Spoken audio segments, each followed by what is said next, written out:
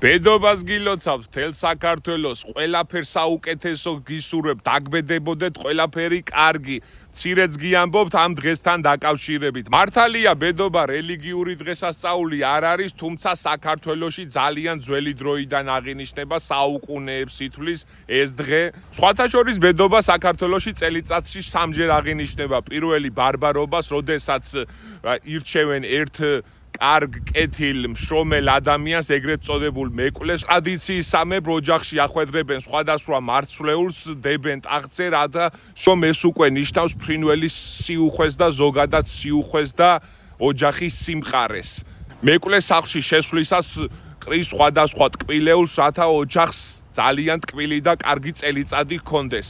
თუმცა მეკლე შეიძლება მოვიდეს უცაბედად, უმალ დაგადგეთ და სულ არ გქონდეთ არჩეული მეკლე, ისე მოვიდეს თქვენთან კეთილი ნების მქონე ადამიანი, რომელიც ოჯახში შემოგიტანთ სიუხვეს, სიკეთეს, პოზიტივს და ყველაფერს საუკეთესოს.